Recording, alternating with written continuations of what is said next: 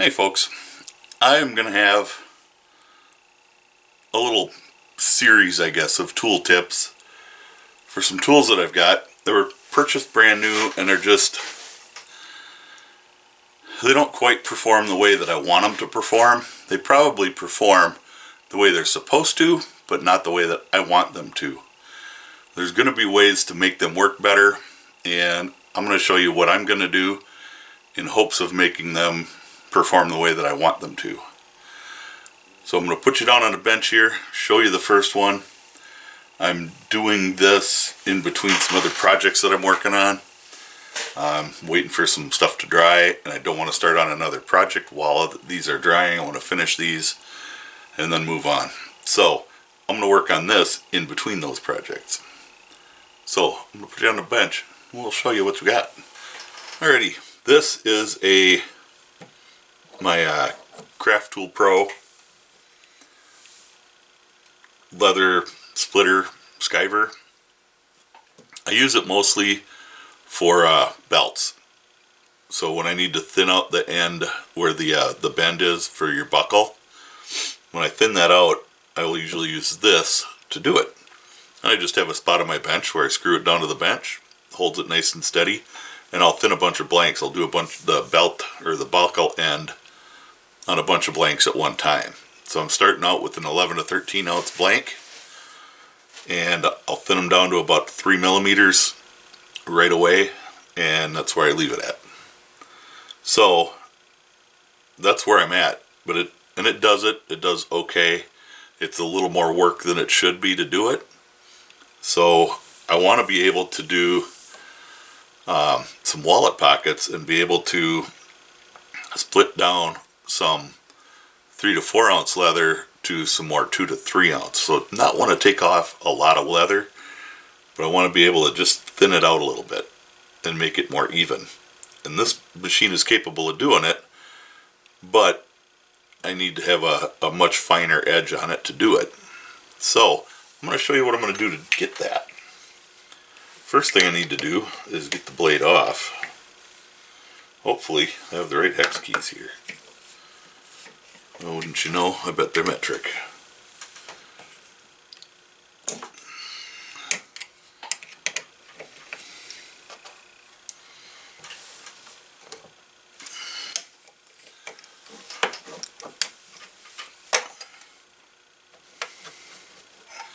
They are, but we got it.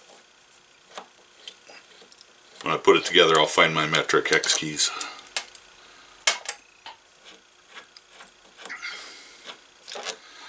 And the blade is all I really need to work with.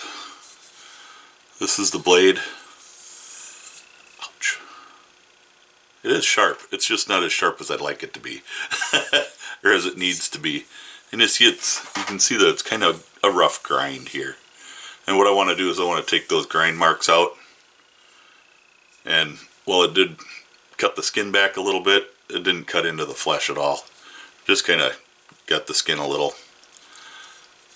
So what I'm going to do is I'm just going to run this over by hand on progressively lighter sandpapers. Should be easy to maintain that bevel. The bottom side is flat. So we're going to go ahead and get after that. I'm going to set the rest of this. It's a pretty heavy piece of equipment. I just busted the knob on here because I dropped it. That's that arthritis getting me every freaking time. So I'll have to get another knob for that. Not a big deal. I'm sure the local hardware store has some. I was able to find some good 220 grit wet and dry sandpaper the other day. That's what I'm going to start with.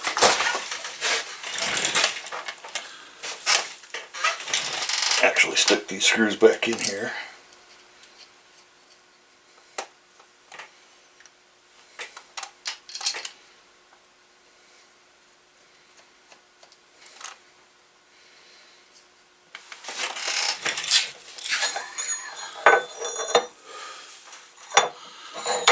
So I dye all over my fingers. Keep this from moving around, I am going to kind of work at an angle here so you guys will be able to see everything. I like to just kind of tape my paper down to the bench. You need a good flat surface if you got it. A granite bench like this is about as good as you can get. And I'm sure everybody's going to be able to criticize me on doing this the wrong way. This is how I do it. On something like this. And sometimes it's whatever gets the job done. So my grind marks are running down the blade this way. I'm going to start by running this way. I want to make sure that I hold it steady.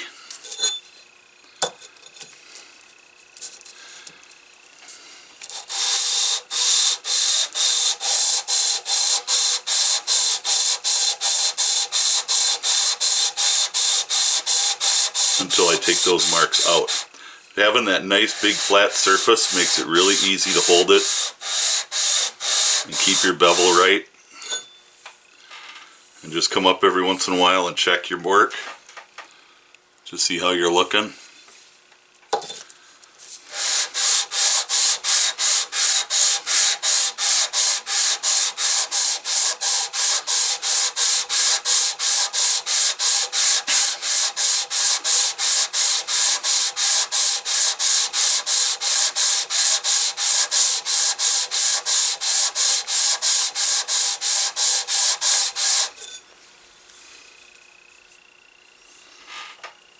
We're starting to get them out.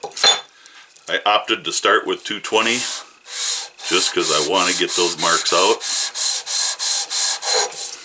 And every now and again, check to see if you're rolling a burr over. You'll be able, if you run off the edge there, you'll be able to feel it.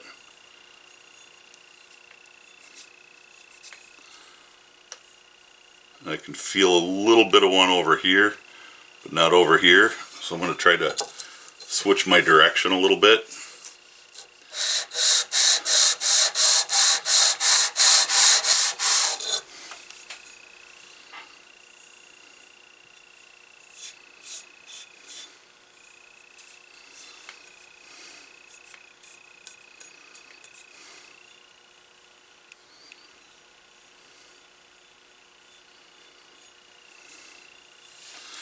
And once you've got your burr all the way across, then you'll flip it over and you'll start working the back side the same way. So I'll get back with you in a little bit here. I'm not going to make you watch me do the whole thing because it's going to take a little while at this stage. But you can see right here where it's not even touching it. The rest of it's polishing up real nice. The back side too, you can see where it's getting polished up, and the rest, I mean, it's taken some off there, but I mean, it's very smooth, but it's not getting the grind lines out. I was having a problem with my paper clogging up, so it is a wet and dry paper, so I just wet it down, and that helps to carry some of the crap away. But it's going to take a long time to get those lines out, so I'm not gonna.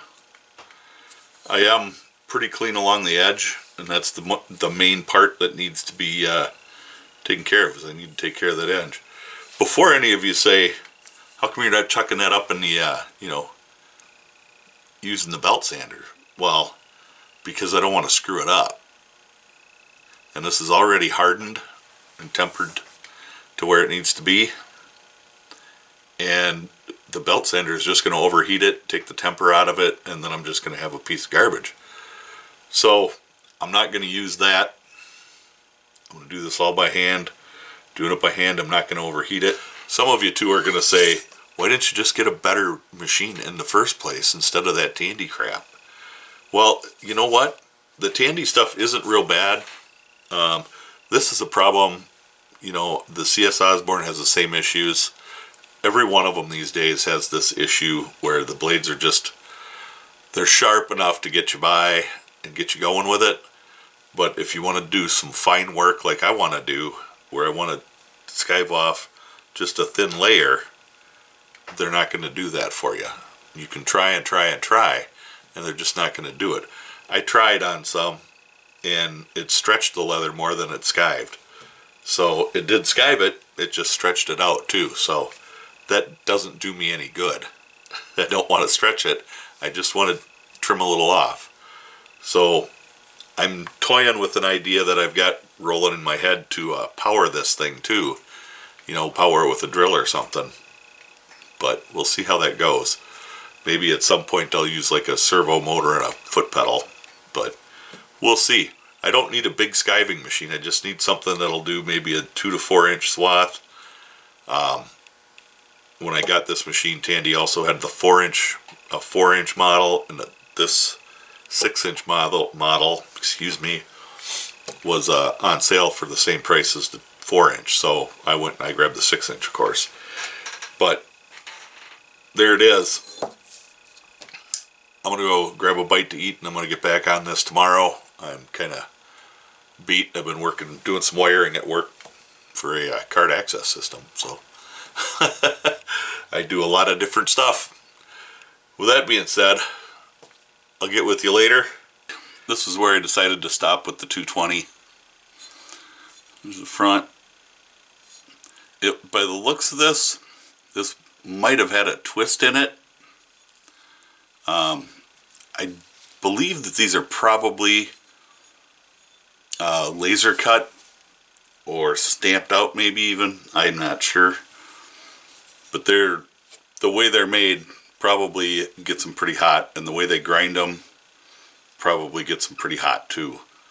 So I don't know. And then they're tempered. So this is hardened steel, and I spent probably an hour and a half getting it to this point. It took a good long bit, but I'm pretty happy with where it's at now. The edge is really nice. It's nicely sanded. I think that's going to be pretty good. The edge is what my biggest concern is. I've got some 400 grit taped down here now, so I'm going to go ahead, move on to 400 grit.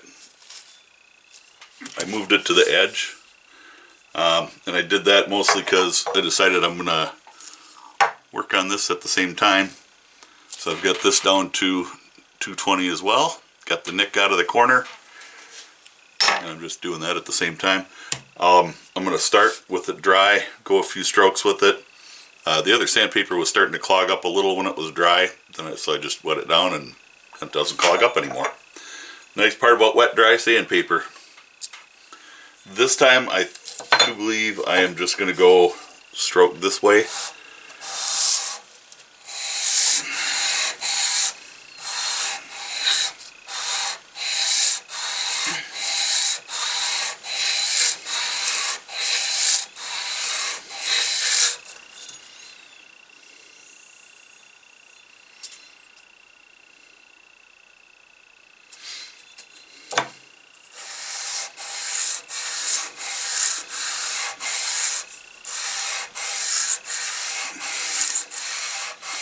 I'm not using a whole lot of pressure on this either, just a little. And I will probably spray it down here right away. By the looks of it, I'm going to need to.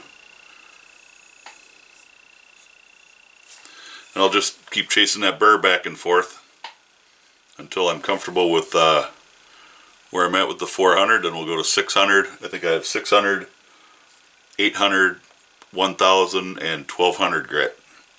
By the time I get to 1200, then I'll strop it, and we'll see how it works. So I'll be back. I may stop back with one of the other grits and show you where we're at. It'll start taking a polish here. It'll start looking more polished by the time I get done with 600 grit. So real quick here, as I'm working with the 400 grit, I can't tell that I'm getting all the way down to the edge, because I don't know, it just doesn't look like I'm getting the edge all the way down to the edge. So one thing you can do is I've just taken some black marker and gone along the edge, and what that'll tell me is once I start going over it again, I can pick it up and look at it and see if it's removing that marker. If it is, then I know I'm getting down to the edge, and that's what I want. So I've just put enough down on the edge there. It won't wipe off, but it'll come off as I sharpen.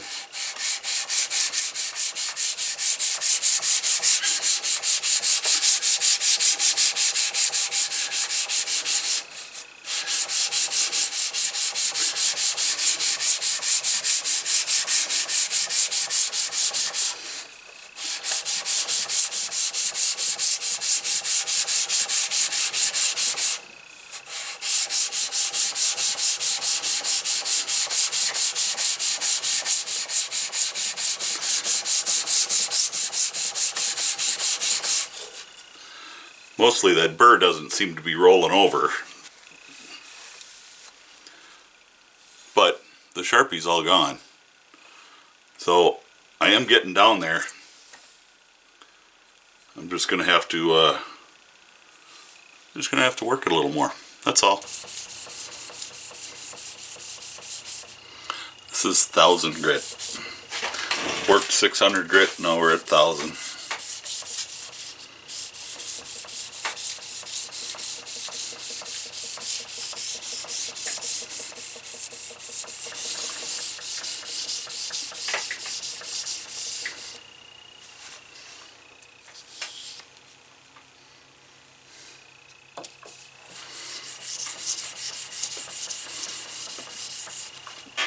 By switching around, I'm trying to keep any of the inconsistencies to a minimum.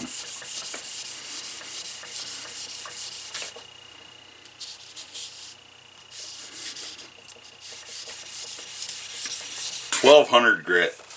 This will not really be taking off a whole lot of metal. It'll just kind of be polishing.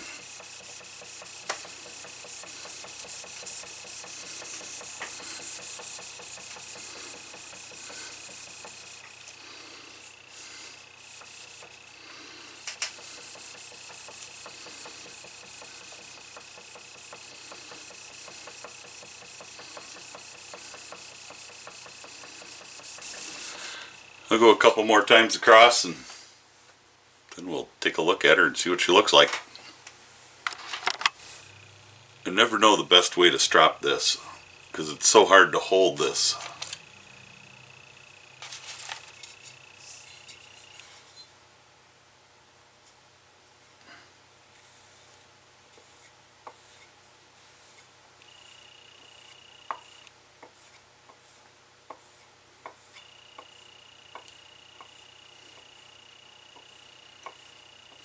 Well, there we go. That was the object, was to get this blade cleaned up nice.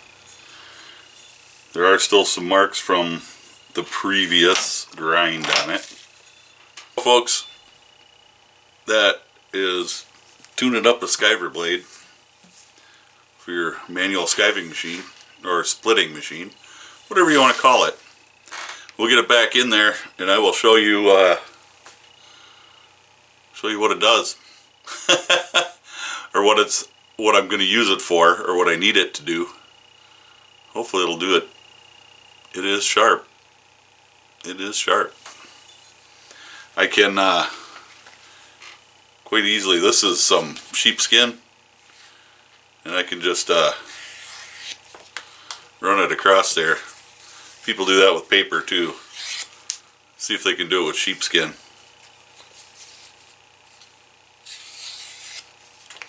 It's sharp. So we'll get her over here on the machine and I'll show you what it does.